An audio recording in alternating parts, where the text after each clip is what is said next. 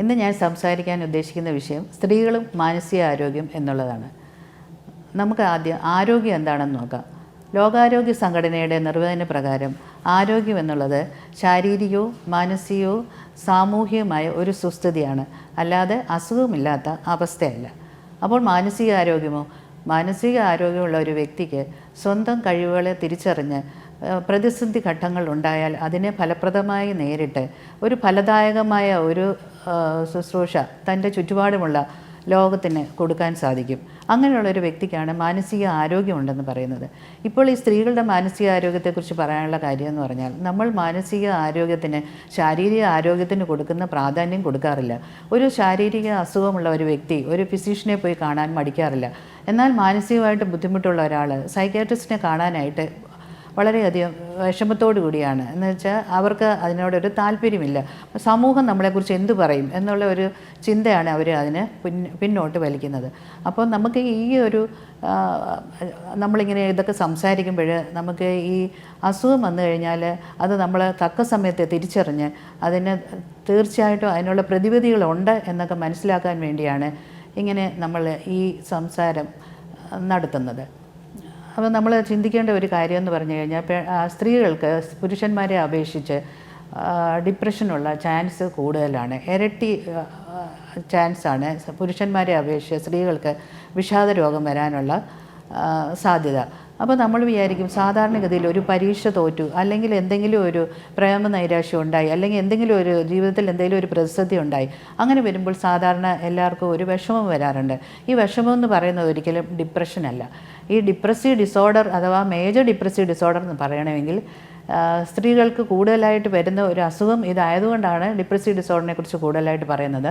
അപ്പം ഈ depressive disorder എന്ന് പറയണമെങ്കിൽ 2 ആഴ്ചയിലധികം നീണ്ടു നിൽക്കുന്ന സ്ഥായിയായ ഒരു വിഷാദഭാവം, ഒന്നിലും ഒരു താല്പര്യമില്ല, ഉത്സാഹമില്ല, ഉന്മേഷമില്ല, ഒന്നും ചെയ്യണമെന്ന് തോന്നുന്നില്ല, പണ്ട് ഉത്സാഹത്തോടെ ചെയ്തിരുന്ന കാര്യങ്ങൾ ഇപ്പോൾ ചെയ്യാൻ താല്പര്യമില്ല, എപ്പോഴും കിടന്നാൽ മതി എന്നുള്ള തോന്നൽ, ഉറക്കമില്ല, അഥവാ അല്ലെങ്കിൽ ചിലപ്പോൾ ഉറക്കം കൂടുതലായിരിക്കും, ചിലപ്പോൾ വിശപ്പില്ലായ്മയായിരിക്കും, ചിലപ്പോൾ വിശപ്പ് കൂടുതലായിരിക്കും, ശരീരത്തിൻ്റെ ഭാരം കുറയുക, എന്നെക്കൊണ്ട് ഇനി ഒന്നിനും കഴിയത്തില്ല, എന്നെ ആർക്കും സഹായിക്കാനും പറ്റില്ല, അപ്പോൾ ഇനി ഞാൻ ജീവിച്ചിരുന്നിട്ട് എന്താണ് കാര്യം, ഇങ്ങനെയുള്ള ചിന്തകൾ അലട്ടുക. രാവിലെ ഒരുപാട് നേരത്തെ അങ്ങ് എഴുന്നേറ്റ് കഴിഞ്ഞാൽ ചിന്തകളൊക്കെ നെഗറ്റീവായിട്ടുള്ള ചിന്തകൾ മാത്രം വരിക, ആത്മഹത്യാ പ്രവണത തോന്നുക, ഇതൊക്കെ വിഷാദ രോഗത്തിൻ്റെ ലക്ഷണങ്ങളാണ്. ഈ ലക്ഷണങ്ങൾ കാണുകയാണെങ്കിൽ തീർച്ചയായിട്ടും ഒരു ഡോക്ടറെ സമീപിക്കാൻ മടിക്കരുത്. അപ്പോൾ സ്ത്രീകളുടെ മാനസികാരോഗ്യത്തെക്കുറിച്ച് പറയുകയാണെങ്കിൽ പല ഘട്ടങ്ങളിലായിട്ട് ജൈവശാസ്ത്രപരമായ കാരണങ്ങളാൽ സ്ത്രീകൾക്ക് പല ഘട്ടങ്ങളിലായിട്ട് മാനസിക അസ്വാസ്ഥ്യങ്ങൾ ഉണ്ടാകാൻ സാധ്യതയുണ്ട്. ആദ്യമായിട്ട് നോക്കുകയാണെങ്കിൽ ആർത്തവത്തോടനുബന്ധിച്ച്, ആർത്തവത്തിന് ഒരാഴ്ച മുമ്പ് തൊട്ടേ ചില പെൺകുട്ടികൾക്ക് ഒരു ഉത്സാഹക്കുറവ്, ഉന്മേഷക്കുറവ്, പെട്ടെന്ന് അങ്ങ് പൊട്ടിത്തെറിക്കുക, ദേഷ്യം വരിക, സങ്കടം വരിക, ഇതൊക്കെ കാണിക്കാറുണ്ട്. അത് കുറച്ച് കഴിയുമ്പോൾ തന്നെ ചിലർക്കങ്ങ് മാറും. അത് മാറാതെ നിൽക്കുകയാണെങ്കിൽ ഒരു ചികിത്സ തേടണം. ആർത്തവം കഴിഞ്ഞിട്ട് നമ്മൾ ഗർഭധാരണത്തിലോട്ടൊക്കെ പോകുമ്പോൾ ഗർഭധാരണത്തിൻ്റെ സമയത്ത് പല രീതിയിലുള്ള ഹോർമോണിൻ്റെ വ്യതിയാനങ്ങൾ വരാൻ സാധ്യതയുണ്ട്. ആ സമയത്തും സ്ത്രീകൾക്ക് മാനസിക അസ്വാസ്ഥ്യങ്ങൾ കണ്ടുവരാറുണ്ട്. പോസ്റ്റ്മോർട്ടം അഥവാ പ്രസവാനന്തര സമയത്ത് പോസ്റ്റ്മോർട്ടം ബ്ലൂസ്, പോസ്റ്റ്മോർട്ടം ഡിപ്രഷന്, പോസ്റ്റ്മോർട്ടം സൈക്കോസിസ് എന്നൊക്കെ പറയുന്ന മാനസിക അസ്വാസ്ഥ്യങ്ങൾ കണ്ടുവരുന്നുണ്ട്. അത് പോസ്റ്റ്മോർട്ടം ബ്ലൂസ് എന്ന് പറയുമ്പോൾ ഒരു പ്രസവാനന്തരം സ്ത്രീകൾക്ക് ഒരു 50 മുതൽ 80% വരെ ആൾക്കാർക്ക് പോസ്റ്റ്മോർട്ടം ബ്ലൂസ് കാണാറുണ്ട്. ചെറിയ തോതിലുള്ള ഉത്കണ്ഠയും കുഞ്ഞിനെക്കുറിച്ചുള്ള ഒരു ആദിയും, കുഞ്ഞിന് പാല് കൊടുക്കാൻ സാധിക്കുമോ, അങ്ങനെ ചെറിയ ചെറിയ ആദികളും വിഷമങ്ങളും ഒക്കെ ആയിട്ട് പോസ്റ്റ്മോർട്ടം ബ്ലൂസ് ചിലപ്പോൾ തനിയെ അങ്ങ് മാറും. ഇത് നീണ്ടു നിൽക്കുകയാണെങ്കിൽ, ഒരു വിഷാദ ഭാവത്തിലോട്ട് നീണ്ട് ഞാൻ മുമ്പ് പറഞ്ഞ വിഷാദത്തിൻ്റെ ലക്ഷണങ്ങളൊക്കെ കാണിക്കുകയാണെങ്കിൽ അത് പോസ്റ്റ്മോർട്ടം ഡിപ്രസീവ് ഡിസോർഡർ എന്ന് പറയാം. അത് നമ്മൾ തക്ക സമയത്ത് ചികിത്സിച്ചില്ലെങ്കിൽ ഒന്നുമില്ലാതെ ആത്മഹത്യയിലേക്കോ അല്ലെങ്കിൽ കുഞ്ഞിനെ കൊല്ലുക എന്ന് വരെ ഒക്കെ ചിലപ്പോൾ ചിന്തിക്കാനുള്ള ഒരു സാധ്യതയുണ്ട്. അത് ചികിത്സിക്കേണ്ട ഒരു അസുഖമാണ്. പോസ്റ്റ്മോർട്ടം സൈക്കോസിസ് ആണെങ്കിൽ മിഥ്യാധാരണകളും മിഥ്യാ അനുഭവങ്ങളും ഒക്കെ വന്നിട്ട് എന്നെ ആരോ ഉപദ്രവിക്കാൻ വരുന്നു, അല്ലെങ്കിൽ എൻ്റെ കുഞ്ഞിനെ ആരോ കൊല്ലാൻ വരുന്നു, ഇങ്ങനെയുള്ള ചിന്തകളൊക്കെ വന്നിട്ട് ആ യുവതിക്ക് വളരെയധികം മാനസിക വിഭ്രാന്തി നേരിടാറുണ്ട്. ഇതും എത്രയും പെട്ടെന്ന് ചികിത്സിക്കേണ്ട ഒരു അസുഖമാണ്. ഇനി menopausal symptoms, post menopausal symptoms എന്ന് പറഞ്ഞു കഴിഞ്ഞാൽ ദേഹത്തൊക്കെ പെട്ടെന്ന് ചൂട് തോന്നുക, പെട്ടെന്ന് തന്നെ വിഷമം വരിക, സങ്കടം വരിക, ഒരു കാരണമില്ലാതെ വിഷമിക്കുക, കരച്ചിൽ വരിക, ഇതൊക്കെ പോസ്റ്റ് മെനോപോസൽ സിംറ്റംസ് ആയിട്ട് കാണാം. ചില സ്ത്രീകൾക്ക് ഇത് പല ശാരീരിക കുറച്ചുകൂടെ കഴിയുമ്പോൾ ചില സ്ത്രീകൾക്ക് ഇത് വാർദ്ധക്യത്തിലെ വിഷാദത്തിലോട്ടൊക്കെ പോവുകയാണെങ്കിൽ പല സ്ത്രീകൾക്കും ഇത് ശരീരത്തിൻ്റെ പല ഭാഗത്ത് വേദനകൾ, നെഞ്ചുവേദന, തലവേദന, വയറുവേദന, ദേഹത്തൊക്കെ പോച്ചിൽ, ഇങ്ങനെ പല ശാരീരിക അസുഖങ്ങളായിട്ട് പ്രസൻറ്റ് ചെയ്യാറുണ്ട്. ഒരു മെഡിസിൻ ഒ പിയിൽ വരുന്ന ഏകദേശം ഒരു 15 മുതൽ 25% സ്ത്രീകളിൽ ഈ മാനസിക അസ്വസ്ഥയും കൊണ്ടുണ്ടാകുന്ന ശരീരവേദനകളായിട്ടാണ് അവിടെ മെഡിസിൻ ഒ പിയിൽ ചെല്ലുന്നത്. അപ്പോൾ ഈ മാസ്ഡ് ഡിപ്രഷൻ എന്ന് പറയും, എന്ന് വെച്ചാൽ ഡിപ്രഷൻ്റെ സിംറ്റംസ് ഒന്നും കാണിക്കത്തില്ലായിരിക്കും, പക്ഷേ ശാരീരിക വേദനകളായിട്ട് ഇങ്ങനെ പ്രസൻറ്റ് ചെയ്യാറുണ്ട്. പിന്നെ ഒരു ഭാഗമാണ് സ്ത്രീകൾക്കാണ് എംപ്റ്റി നെസ്റ്റ് സിൻഡ്രോം ഡെവലപ്പ് ചെയ്യുന്നത്. അതായത് കുഞ്ഞുങ്ങളൊക്കെ പുറത്ത് പഠിക്കാനോ ഒക്കെ പോയി കഴിയുമ്പോൾ, കല്യാണം കഴിഞ്ഞ് പോയി കഴിയുമ്പോൾ, അല്ലെ ജോലിക്കായി പോയി കഴിയുമ്പോൾ മാതാപിതാക്കൾ വീട്ടിൽ ഒറ്റയ്ക്കാവും. അങ്ങനെയുള്ള സമയത്താണ് അവർക്ക് ഒരു നിരാശാബോധം, ഇനി എന്തിനും ജീവിക്കണം, നമ്മൾ ജീവിച്ചിരുന്നിട്ട് ഒരു കാര്യമില്ലല്ലോ, ഇങ്ങനെയുള്ള കാര്യങ്ങളൊക്കെ അവർ ചിന്തിക്കുന്നത്. അങ്ങനെ വരുന്നതും അത് കുറച്ച് നാളൊക്കെ നീണ്ടു നിൽക്കുകയാണെങ്കിൽ അതും ചികിത്സയ്ക്ക് വിധേയമാക്കണം. അപ്പോൾ നമ്മൾ ഇന്ന് പല ഘട്ടങ്ങളിലെ സ്ത്രീകൾക്കുണ്ടാകുന്ന മാനസിക രോഗങ്ങളെക്കുറിച്ച് പറഞ്ഞു. അപ്പോൾ ഇതൊക്കെ എന്തുകൊണ്ടാണ് സ്ത്രീകളിൽ കൂടുതൽ വരുന്നത്? സ്ത്രീകൾക്ക് ഹോർമോൺ വ്യതിയാനങ്ങളുണ്ട്, പിന്നെ സാമൂഹികമായിട്ടുള്ള പിന്തുണ വളരെ കുറവാണ്, ജീവിതത്തിലെ ജോലി ഭാരങ്ങളും കൂടുതൽ, അവർക്ക് ജോലി ചെയ്യുന്ന സ്ഥലത്തെ സമ്മർദ്ദങ്ങളുണ്ട്, വീട്ടിലെ സമ്മർദ്ദങ്ങളുണ്ട്, പ്രായമായ മാതാപിതാക്കളെ നോക്കേണ്ട കാര്യങ്ങളുണ്ട്. ഇതെല്ലാം കൂടെ വരുമ്പോൾ അവർക്ക് ഈ സമ്മർദ്ദം താങ്ങാൻ സാധിക്കാതെ വരുന്നു. ഇങ്ങനെയുള്ള അവസരങ്ങളിൽ നമ്മൾ അവർക്കൊരു പിന്തുണ കൊടുക്കുകയാണെങ്കിൽ ഇതൊരു വിഷാദത്തിലോട്ടോ ഒരു സൈക്കോസിസിലോട്ടോ ഒക്കെ പോകാതെ നമുക്ക് തടയാൻ സാധിക്കും. അപ്പോൾ നമ്മൾ ഇത്രയും നേരം പറഞ്ഞത് പലതരം അസുഖങ്ങളെക്കുറിച്ചാണല്ലോ. ഈ അസുഖങ്ങളൊക്കെ വരാതിരിക്കാൻ നമുക്ക് എന്ത് ചെയ്യാമെന്ന് നോക്കാം.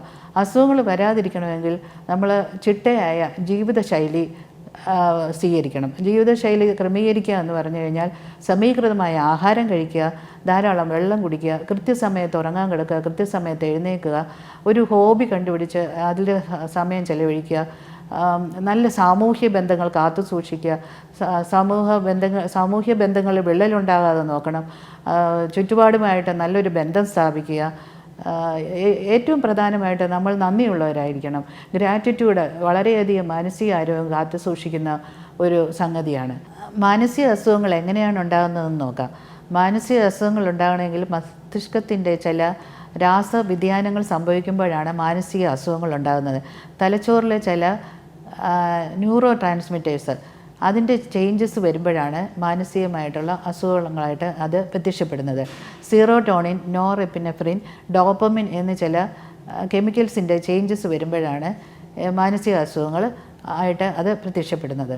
മാനസിക അസുഖങ്ങൾ എല്ലാവർക്കും വരണമെന്നില്ല. ജീവശാസ്ത്രപരമായിട്ട് ഒരാൾക്ക് വരാനുള്ള ഒരു ജനിതക കാരണങ്ങളുണ്ടെങ്കിൽ അങ്ങനെയുള്ളവർക്ക് ഒരു ജീവിതത്തിൻ്റെ ഒരു പ്രതിസന്ധി വരുമ്പോൾ അവർക്ക് അത് മാനസിക അസുഖമായിട്ട് പ്രത്യക്ഷപ്പെടും. വിഷാദ രോഗത്തെക്കുറിച്ച് നമ്മൾ കേട്ടല്ലോ. ഇനി ഇതിൻ്റെ ചികിത്സ എങ്ങനെയാണെന്ന് നോക്കാം. ലഘുവായ വിഷാദ രോഗമാണെങ്കിൽ നമുക്ക് counselling, psychotherapy, cognitive behaviour therapy എന്നീ മാർഗങ്ങളിലൂടെ മാറ്റാൻ സാധിക്കും. എന്നാൽ ഗുരുതരാവസ്ഥയിലുള്ള വിഷാദ രോഗമാണെങ്കിൽ അതിന് മരുന്ന് ചികിത്സ തന്നെ വേണ്ടിവരും.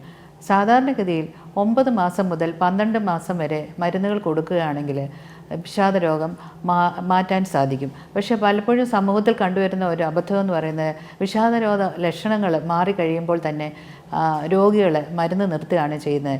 അങ്ങനെ ചെയ്യരുത്. വിഷാദരോഗത്തിനുള്ള മരുന്നുകൾ ഡോക്ടറുടെ നിർദ്ദേശപ്രകാരം ഡോക്ടർ പറയുന്ന സമയം വരെ കഴിക്കുക.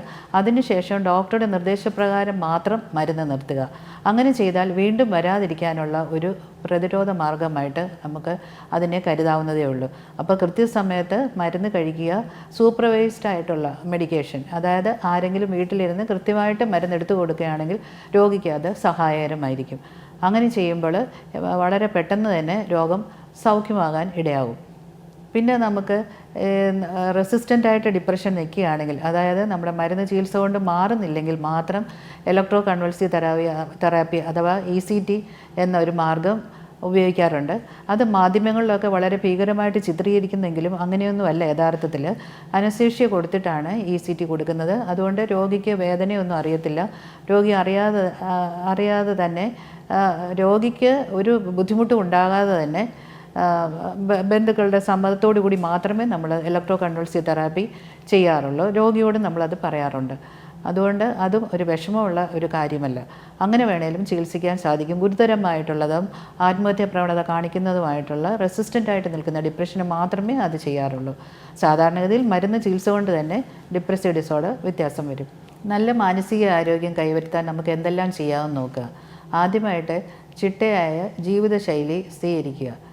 സമീകൃതമായ ആഹാരം കഴിക്കുക, ധാരാളം വെള്ളം കുടിക്കുക, കൃത്യമായ വ്യായാമം ചെയ്യുക. ദിവസം അരമണിക്കൂറെങ്കിലും നടക്കാനെങ്കിലും പോയാൽ മതി. അല്ലെങ്കിൽ ലഘു വ്യായാമങ്ങൾ ചെയ്യാവുന്നതേ ഉള്ളൂ. മൈൻഡ്ഫുൾനെസ് പ്രാക്ടീസ് ചെയ്യുക. അതായത് നമ്മൾ ഒരു കാര്യം ചെയ്യുകയാണെങ്കിൽ ആ കാര്യം തന്നെ ശ്രദ്ധിച്ചുകൊണ്ട് അത് ചെയ്യുക. ഇപ്പോൾ ഭക്ഷണം കഴിക്കുകയാണെങ്കിൽ അല്ലെങ്കിൽ നമ്മൾ ഡ്രൈവ് ചെയ്യുകയാണെങ്കിൽ ആ ചെയ്യുന്ന കാര്യങ്ങളിൽ ശ്രദ്ധയോടുകൂടി ചെയ്യുന്നതാണ് മൈൻഡ്ഫുൾനെസ് പ്രാക്ടീസ് എന്ന് പറയുന്നത്. പിന്നെ റിലാക്സേഷൻ ടെക്നിക്സ് പഠിക്കാവുന്നതാണ്. യോഗ, മെഡിറ്റേഷൻ ആദിയായവ നമുക്ക് പ്രാക്ടീസ് ചെയ്യാവുന്നതാണ്. നല്ല സാമൂഹ്യ ബന്ധങ്ങൾ കാത്തു സൂക്ഷിക്കുക, ആത്മീയമായ കാര്യങ്ങളിൽ ഇടപെടാം, നല്ല പാട്ട് കേൾക്കുക, ചെറിയ ചെറിയ യാത്രകൾ ചെയ്യുക, നല്ല ബന്ധങ്ങൾ കാത്തു സൂക്ഷിച്ച് ആൾക്കാരുമായിട്ട് ഒരു നല്ല റിലേഷൻഷിപ്പ് ഉണ്ടാക്കിയെടുക്കുക. ഇതൊക്കെ നമുക്ക് ശീലിക്കാമെങ്കിൽ മാനസിക അസുഖങ്ങളെ തടയാനായിട്ട് സാധിക്കും. നമുക്ക് എന്തെങ്കിലും ഒരു വിഷമം വന്നാൽ അത് പറയാനായിട്ട് വിശ്വസ്തയായ ഒരു കൂട്ടുകാരി ഉണ്ടെങ്കിൽ നമുക്ക് അവരുമായിട്ട് ഇത് പങ്കുവയ്ക്കാവുന്നതാണ്. മനസ്സിലെ ഭാരങ്ങൾ സ്വയമായിട്ട് കൊണ്ടു നടന്ന് കൂടുതൽ ചിന്തിച്ച് കൂടുതൽ പ്രശ്നങ്ങൾ വഷളാക്കാതെ സമൂഹ ബന്ധങ്ങളിൽ കൂടുതൽ ഇൻവോൾവ് ചെയ്യുകയാണെങ്കിൽ ഇതിൽ നിന്നെല്ലാം ഒരു വിടുതൽ നമുക്ക് ലഭിക്കുന്നതായിരിക്കും. അപ്പോൾ ഞാനിന്ന് പറയാൻ ശ്രമിച്ചത് മാനസിക ആരോഗ്യം എന്താണ്, ആരോഗ്യം എന്താണ്, ശരീരത്തിൻ്റെ പല രീതിയിലുള്ള അസുഖങ്ങൾ, മാനസികമായിട്ടുള്ള അസുഖങ്ങൾ എന്തൊക്കെയാണ്, ശാരീരിക ആരോഗ്യവും മാനസികാരോഗ്യവും ഒരേപോലെ നമുക്ക് ശ്രദ്ധിക്കേണ്ട ഒരു കാര്യമാണ്. ഇങ്ങനെയുള്ള കാര്യങ്ങളാണ് ഇതിലൂടെ ഞാൻ പറഞ്ഞു തരാൻ ശ്രമിച്ചത്. നമ്മൾ ഇങ്ങനെയുള്ള ഇതൊക്കെ കേൾക്കുമ്പോൾ നമ്മുടെ പരിസരത്തുള്ള ആർക്കെങ്കിലും എന്തെങ്കിലും ഒരു വിഷമം നേരിടുവാണെങ്കിൽ ഇതൊരു അസുഖമാണെന്നും ഇതിനൊക്കെ ചികിത്സയുണ്ടെന്നും മനസ്സിലാക്കി എത്രയും പെട്ടെന്ന് ഇടപെടുകയാണെങ്കിൽ നമ്മുടെ ഈ സമൂഹത്തിലുള്ള പ്രശ്നങ്ങൾ കുറേയൊക്കെ പരിഹരിക്കാൻ നമ്മളെ കൊണ്ടും സാധിക്കും. നമ്മൾ മറ്റുള്ളവർക്ക് ഒരു സഹായമായിട്ട് തീരുമ്പോൾ നമ്മുടെ ജീവിതവും സന്തോഷകരമായി തീരും. അപ്പോൾ നമുക്ക് അങ്ങനെ ഒരു സന്തോഷപ്രദമായ ഒരു ജീവിതം നയിക്കാൻ ഇടയാകട്ടെ എന്ന് കാംക്ഷിക്കുന്നു.